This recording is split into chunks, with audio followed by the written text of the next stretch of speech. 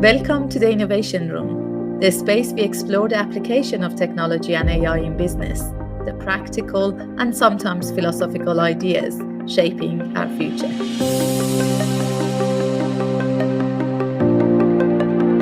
Welcome, Gary, to the Innovation Room. So in a minute, I'm going to get you to introduce yourself, CEO of Avela Global. So you've spent, just a bit of background, you spent 24 years navigating complexities from global manufacturing, everywhere from US, Dubai, UK, China, Vietnam, India, to name a few. And we're really excited to dig into your experience and why feet on the ground might be the key ingredient to successful AI adoption around the world. So could you introduce yourself to the audience? Sure.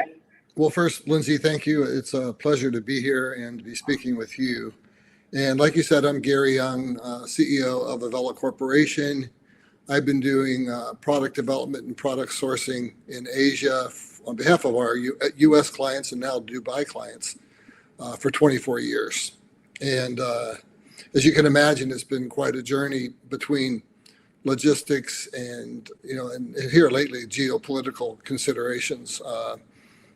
It's keeping us on our toes.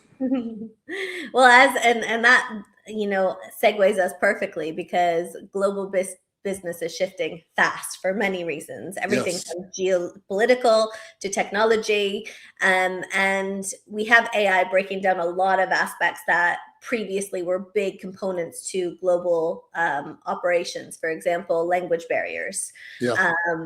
But there's still things around cross-cultural trust, which is going to be a lot harder to automate.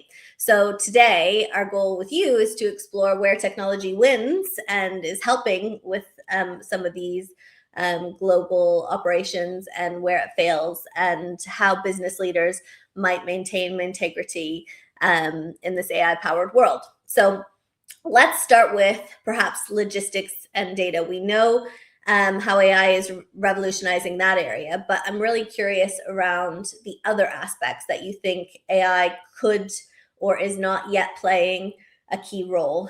You mentioned before in a conversation, perhaps things where more money is on the table, for example, negotiations. So what do you think that looks like in today's day and age and the future? Well, I'm going to maybe step back a little bit and say that, when you're going to negotiate with somebody, you need to have your homework. You need to do your homework. And sometimes there are so many barriers and it's so overwhelming that you go into a meeting and you're not nearly as prepared as you would like to be, or you find out, worst case in the meeting, that you weren't prepared at all, even though you thought you were. AI really helps that. You can get multiple perspectives, you can use multiple platforms, and you can ask some of the basic questions that both sides are interested in as far as a negotiation is concerned. And so the negotiations are more clear, they're more focused, and they can be more personal. The AI is not going to close a deal for you. The technology is not going to do that. That's a personal thing. That's making a connection.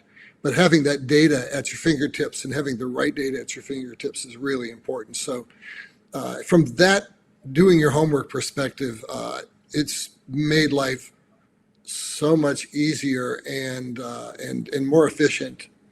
And you go into a meeting like a negotiation meeting with a lot more confidence. And you understand both sides. Negotiations are win-win deals. Win-lose deals never work. They're not sustainable. But you need to know what win-win looks like for both sides. And because you may find you're negotiating the wrong point. But that's where AI comes in. It helps you give that other perspective and keeps your mind organized. And do you think, and what with communication, so obviously a big part of negotiation and building cross-cultural trust is the communication side, whether that be the means or the mannerisms or in person versus virtual, all of the different aspects of communication.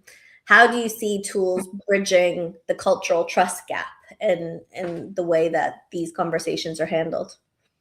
I see them helping in the prep work leading up to a negotiation. So often, someone from my staff is communicating with someone from, my potential partner's staff. and they're preparing for us to have a conversation.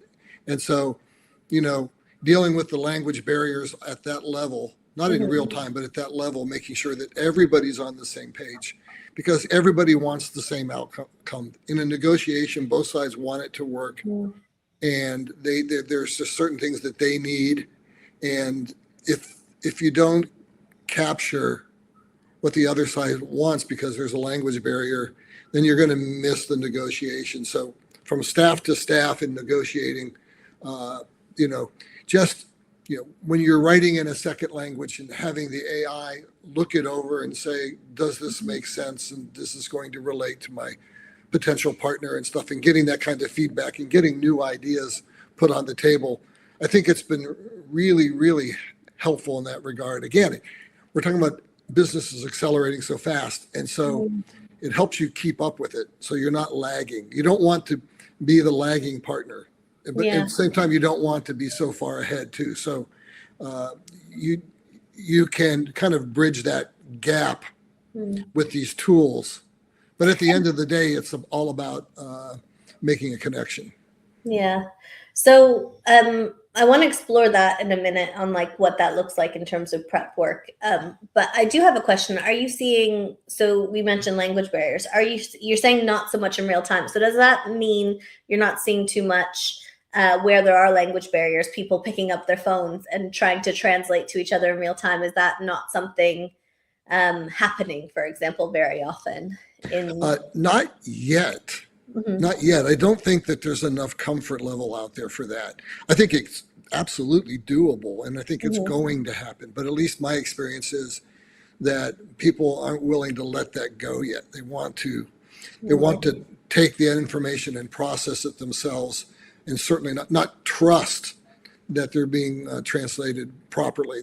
It's sort of, let's practice it. Let's make sure we're communicating before we let the two people that are going to actually shake hands before they make that deal. Let's make sure everything's on the table and we're in sync. So I just don't see that right now happening in real time. I think where it can start to make a difference is if you have, an agent speaking for you and you can see what it is you're saying and what's being translated, and you can get that immediate feedback. I think when the tools get to that level, I think we can actually go there. Yeah, because I was reflecting on, I did a consulting project in Vietnam a few years ago, and I was thinking how much I would have loved, because I had a translator there with me, but I was thinking how much I would have loved to be able to not be reliant on another person to get the translation. That's really important. In the early days of doing this in China, you would get a translator. That's why you have to have personnel. And we talked about feet on the ground. And I remember I had just fired somebody, unfortunately, who was working for me, and I was stuck without someone who could translate. And so we hired someone from a local college that, with high level, English language skills. But he didn't know anything about business. He didn't know anything about our business. And so we actually made a deal, and then we found out later that they had no idea what we were talking about, and we had no idea what they were talking about. If you had some of these tools they have now, these translation tools where you can listen in and at least get a 70% understanding of what's being said in the room in real time, I think that's a really great tool, and I think we're on the cusp of that now. It's just there's that ease that people have. They're not quite there yet, but I think the tools are. Yeah, it's interesting because I think when we're talking about the cross-cultural and manners, something seems almost, I want to say as a human, I feel it's a bit rude to put my phone out when someone's speaking to let it hear them and then translate for me. It's something that feels like it breaks a connection almost in a way, right? That's why probably people haven't adopted it as quickly. Yeah. The value is there. It's I think everyone knows the technology can do that now pretty well. In fact, probably in some ways better than, as you said, a person translating for you. Yeah. In China, the term for that is your translators speaking Chinglish, Chinese English. They don't really have a deep understanding. They know a whole lot of phrases, and they have to take the phrases that they know, instead of processing it, they just find phrases and then they use those phrases. And so this, now you don't have to hold up the phone. You can use this with your earbuds. Sure. So it's not quite as intrusive, but True. still the earbuds are there. And at least in the Asian culture, tradition means so much. And, there's just so much formality in what they're used to as far as how something like this should go. You meet and then you go out to dinner and then you do all of these things. And maybe you go out on the town and, it's I have lots of stories like that. We won't go there today. But you're kind of bucking all those traditional ways of doing business. But I think that disappears really fast. I've seen it happening. What we do in China to do a deal in 2025, 2026 is so much different than 2002. It's just a world of difference. And you mentioned the prep work. What are different ways your team is using AI to prep and get better outcomes in your negotiations? Again, this gets back to feet on the ground because my people, let's take China as an example. My staff in China, they're going to speak Chinese to Chinese. They're going to understand the nuances. They're going to see the red flags that you wouldn't possibly see in a translated meeting, whether it's with a person or with technology, because it becomes conversational and you build rapport and you put people at ease and you're good listeners. And so those are skills that the AI and the technology doesn't really have yet to bring to bear on that. So, and then all that experience, the 24 years of experience my staff has. So I never, in the beginning, go out and negotiate. We usually look at 3 to 5 factories and we get bids, and then we go out there and we make a site visit. And then I don't show up until there's a deal to be made and the deal's practically done.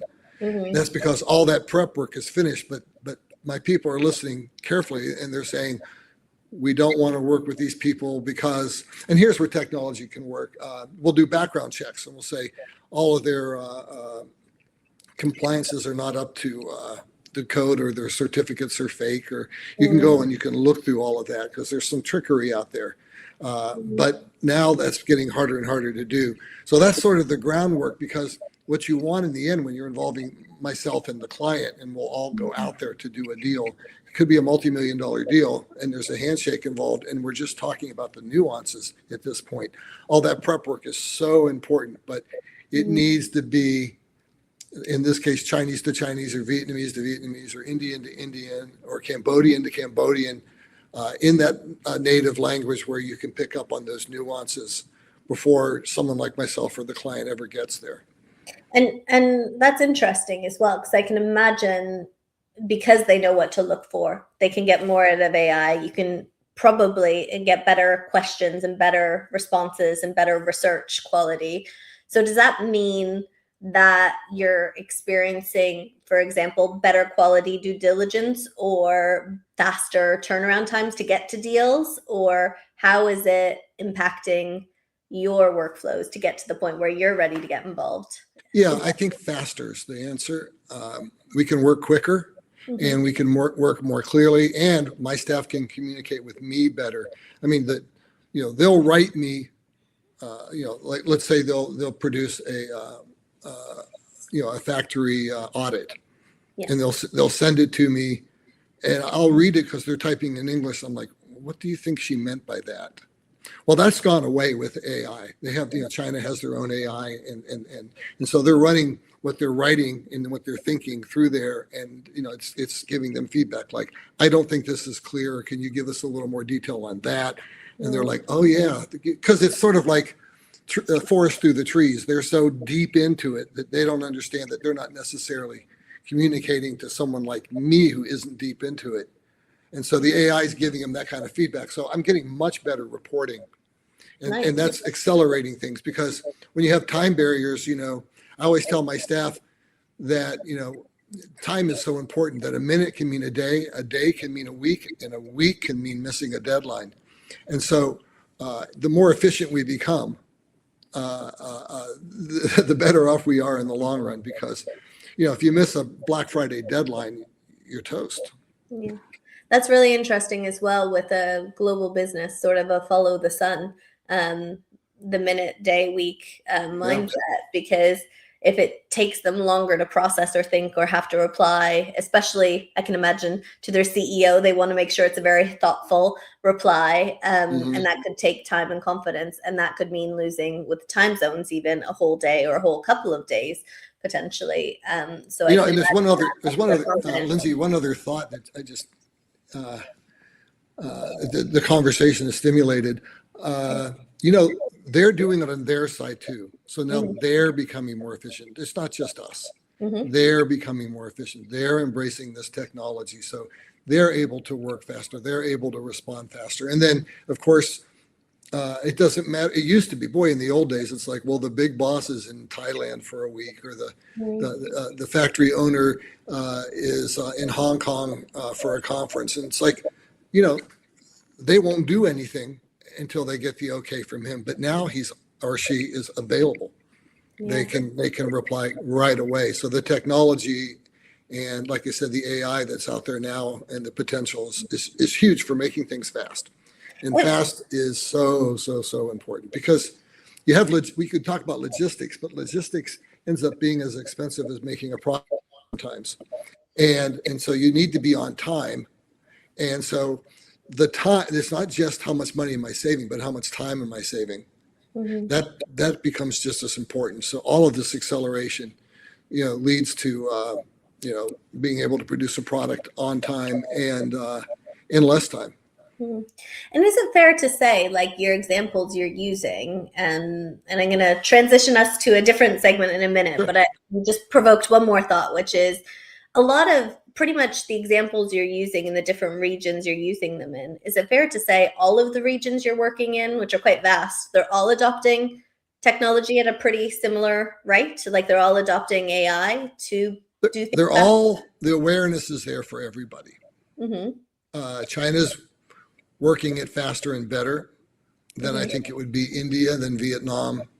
And then, Cambodia is lagging, but they know. And they know they have to step up, because it's all very competitive between those countries. And they know they can't be left behind, and they know they have to. And the other thing is, now I think you can talk about a fourth leg or fourth column, and that's the technology. And, because it's kind of like an indicator of where this company's going, because if you're making a commitment, but they're not making a commitment to the technology, that tells you something that's really important. Can you repeat those three-leg stool and the fourth there? Yeah. Well, I said three-legged stool because that's how I used to think about it. It was price, and then it was quality, and it was delivery. And we used to say, you can't have all three. You can have two of the three. And, and that's a whole other conversation. But now I'm starting to think that technology becomes, instead of calling it a stool, let's calling them four columns. Because if a company's not keeping up with technology, what else aren't they keeping up with? And you don't want to be left behind because there's a lag in their technology, because that means perhaps a lag in their supply chain, and then issues that come up that you didn't foresee that end up kind of blowing things up a little bit and creating crises, and then you have to get clients involved, and it gets a mess. So I think the technology really becomes our fourth column. And, before this conversation, I hadn't really thought about that. But so this is very useful to me. Well, that's good. Well, that actually transitions us really nice into the next section then, because one of the conversations when we were talking about having this discussion, and you said something that really stuck with me with the whole trusting the machine sort of conversation, and also the opportunities that you're seeing with the manufacturers that you work with. And obviously there's a perception that automation just brings about cutting costs, but you gave some really interesting examples, which I thought maybe you could share with your more, I think, quote unquote, scrappier manufacturers that implemented things like robotics, or you mentioned an interesting like locker factory story. So I'd like to think about what you're seeing and how robotics and things might increase transparency between buyers and factories, or other aspects of that. The robotics allows you to scale. And not just within the factory, and it also increases quality. You used to go to China because when you had a project, we used to call it touches. the more touches it has, the more likely it is that you're going to need to go to China and not have it made in the US, for example. But robotics is taking that all away. And China is recognizing that. And so I have one client who, I think we told you the story where they started out on a dirt floor in a warehouse that was built probably in the 40s. And now they have this, 15 years later, and they used to have 200 employees, and now they have like 45, and they're producing 4 times as much because they really invested in the technology, and they got to the point where they're understanding that logistics is one of the biggest barriers they have now to being competitive, because people are trying to bring things back to their perspective.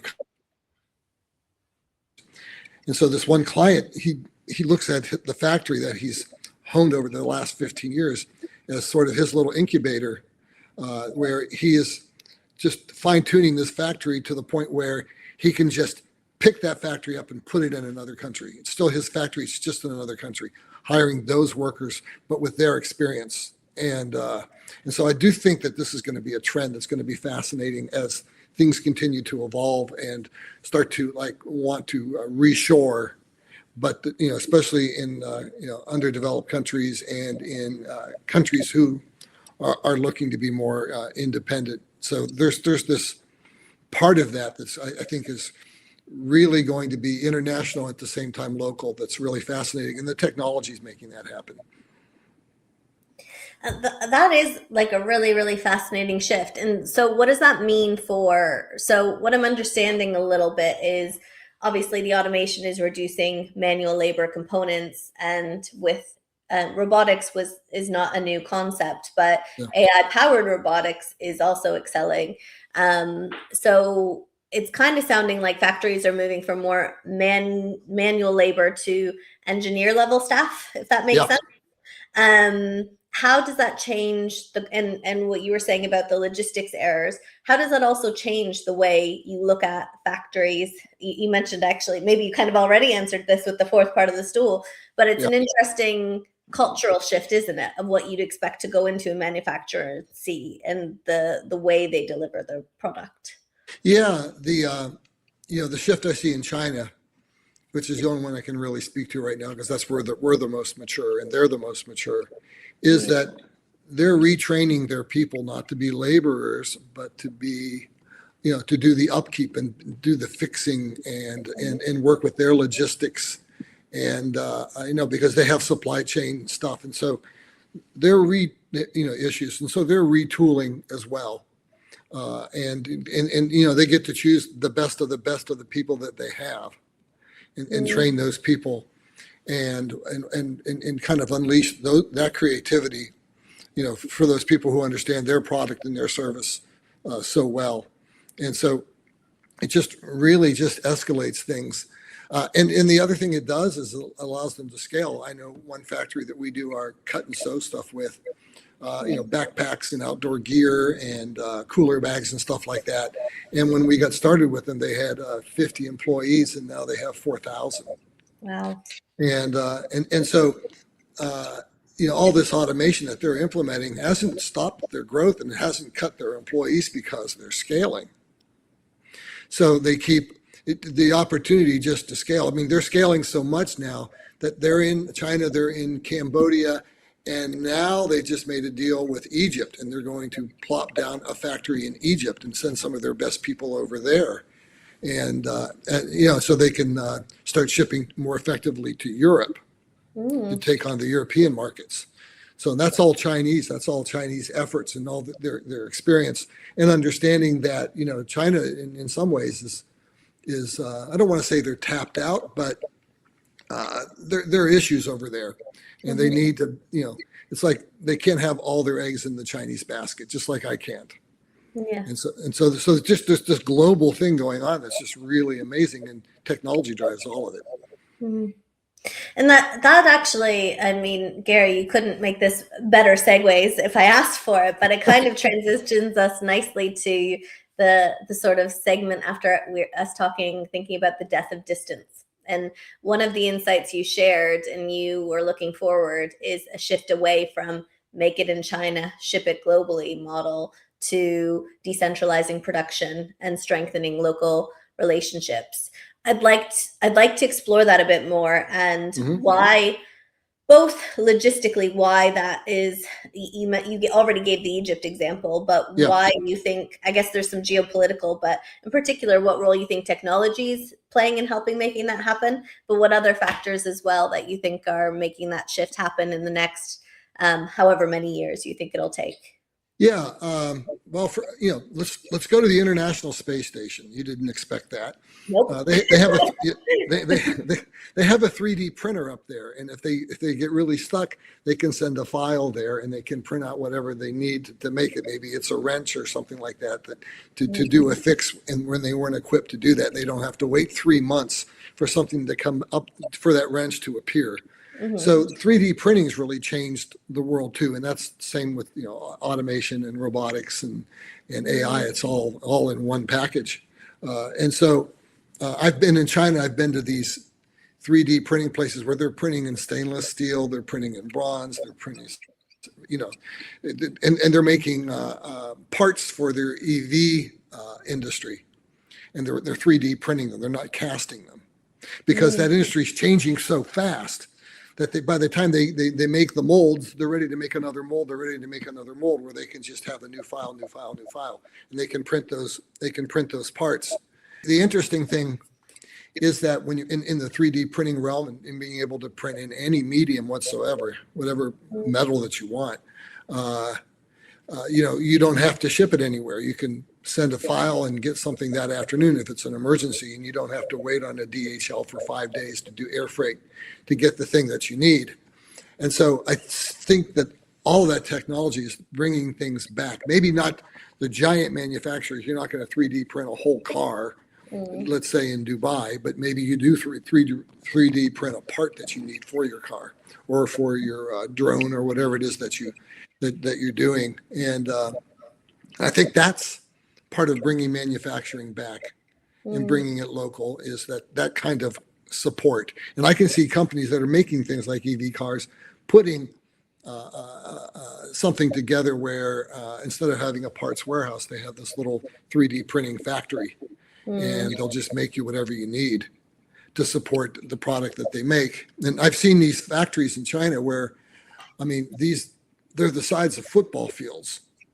And they just have rows and rows and rows of these machines that seem to go on forever. It kind of reminds me of that Indiana Jones scene at the end, putting the crate back into the warehouse. That's the scale these things can be at and are at in China. So I just see more and more of that being plopped all over the world. And then that means local employment and again, accelerating things, making things move faster and faster and faster and more reliable. Dubai is going to have flying taxis in the next couple of years, and they're going to need parts for those things. And I think they'll just be printing them local. And is there anything else from decentralizing production? So we talked about, it sounds like a big sort of expense for manufacturing, obviously, is the parts and the components you're talking about. What other things lead you to believe that it'll move away from build it and make it in China and ship it? Obviously, you said the touch points are becoming less because of automation, and therefore the logistics of getting it and the cost of getting it from point A to point B are becoming more of the issue. So what else could accelerate? I think, correct me if I'm wrong, but I think you said you think it'll take 30 or so years before you start to see that come about. Depends on the scale. It'll happen next year in a small scale. Yeah. To be at the industrial level, it could take 20 years to really see some of these things take shape. But I think they will. And I think part of what drives it is sort of like the emotional part of it all.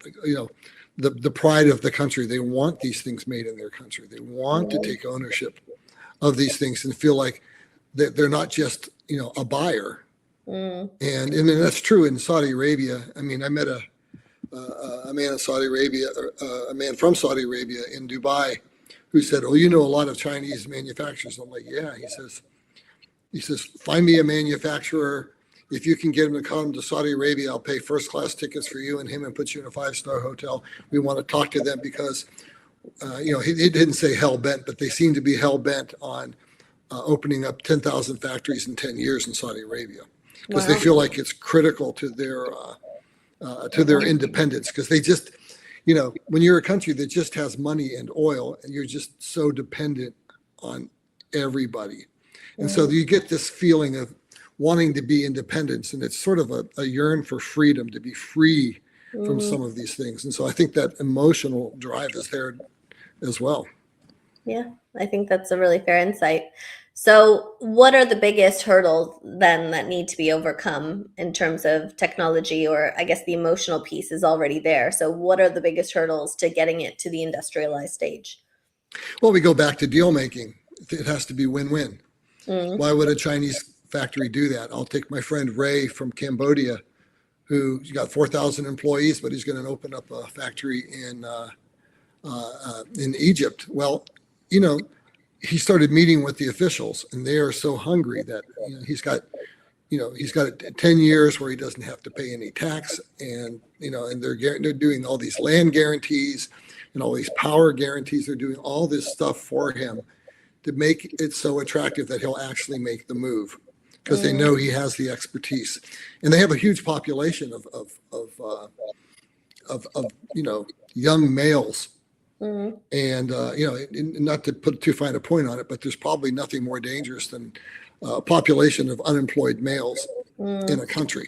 They want to get those people working, because it's going to stabilize their region. And so, they're very, very hungry for this. So they're making these win-win deals.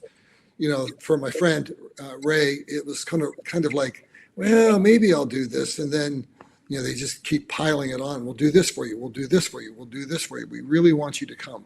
And so they're just creating the environment where both people say, okay, we'll do it. And it's happening right now. They just purchased the land, and by summer, they'll start putting up the buildings. And by this time next year, they'll be producing. Really interesting. Well, Gary, I could talk to you all day, as you know, but it's my favorite subject. Yeah, I know. And I believe I'm seeing you Thursday, so I'll pick your brain more as always. But okay.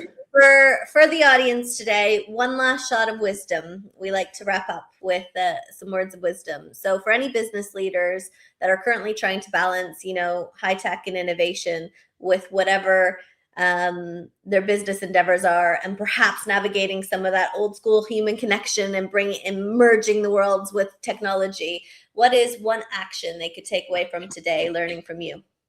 Well, I would say be a student. Don't be a CEO. Don't be a founder. Be a student. Go to school. Go into all this, and get support. If you have enough bandwidth in your company to get people to support you, really dig into this, because it's really it's unavoidable, and you have to meet it face on. So just be a student of all of this thing, and get creative. And I don't want to tell people to do what I do, but what I do is I get up at 5 a.m. every morning, and I journal. I take all this information in, and all the things I've seen, and all the things I've read, and I consume all of it, but there's no time to process it. But when you let your brain unwind and you go to bed, and then you get up at 5 a.m. and you sit down, and I do it on my iPad. I put on the microphone, and I just start to talk. And sometimes it doesn't mean a lot, and sometimes there's gold there, but your brain will process all this, and the ideas will come. So you really need to get that student attitude and get creative, and let those creative juices go, and then find support. So when you get ideas, someone can follow up on it, because if you're a CEO of your company, you won't necessarily be able to follow up, but you can certainly start driving things, and you need to drive in that direction. Great words of wisdom. Well, thanks for joining us today, Gary. It's been a pleasure. Loved it.